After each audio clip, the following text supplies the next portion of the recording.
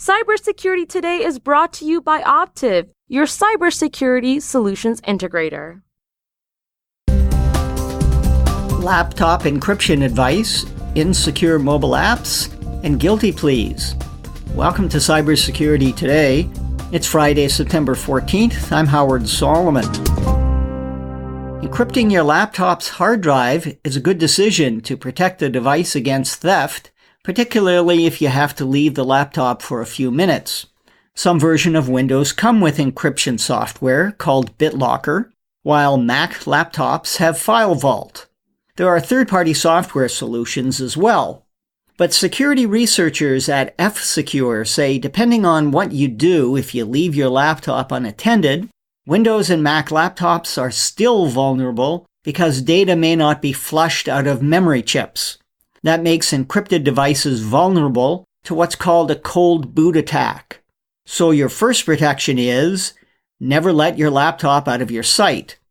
If you do have to leave it, don't put the laptop into sleep mode. Either shut it down or put it into hibernate mode.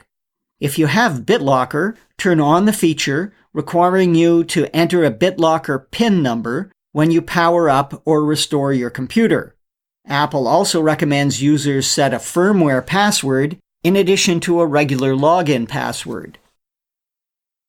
This week, Microsoft released its monthly Patch Tuesday fixes.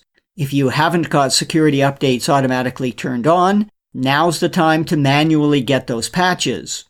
One reason is Microsoft has fixed a bug in the Edge browser that allows website addresses to be spoofed, sending you to a phony web page.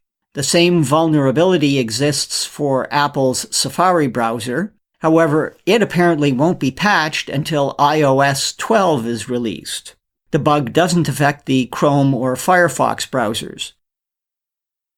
There's more evidence mobile software developers aren't doing a good enough job in making their applications secure.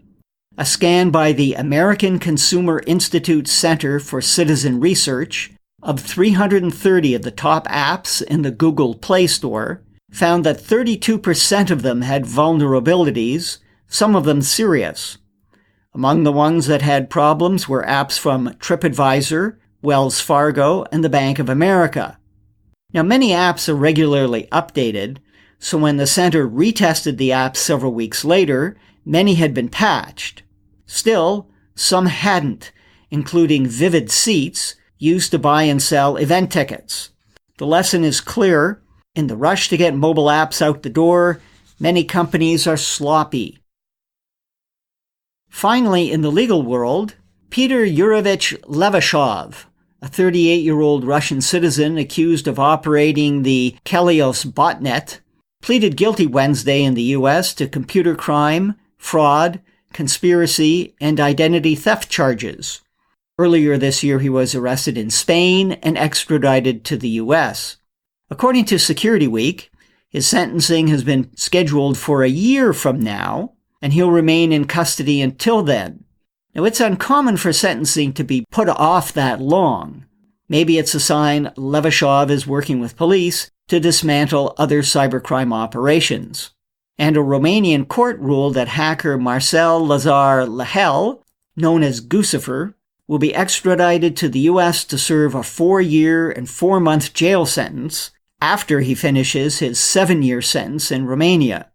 He broke into 100 email accounts, including those of former Secretary of State Colin Powell and at least one member of the Bush family. He pleaded guilty in 2016. That's it for Cybersecurity Today. Subscribe on Apple Podcasts, Google Play, or add us to your Alexa Flash briefing. Thanks for listening. I'm Howard Solomon. Cybersecurity Today is brought to you by Optiv, your cybersecurity solutions integrator.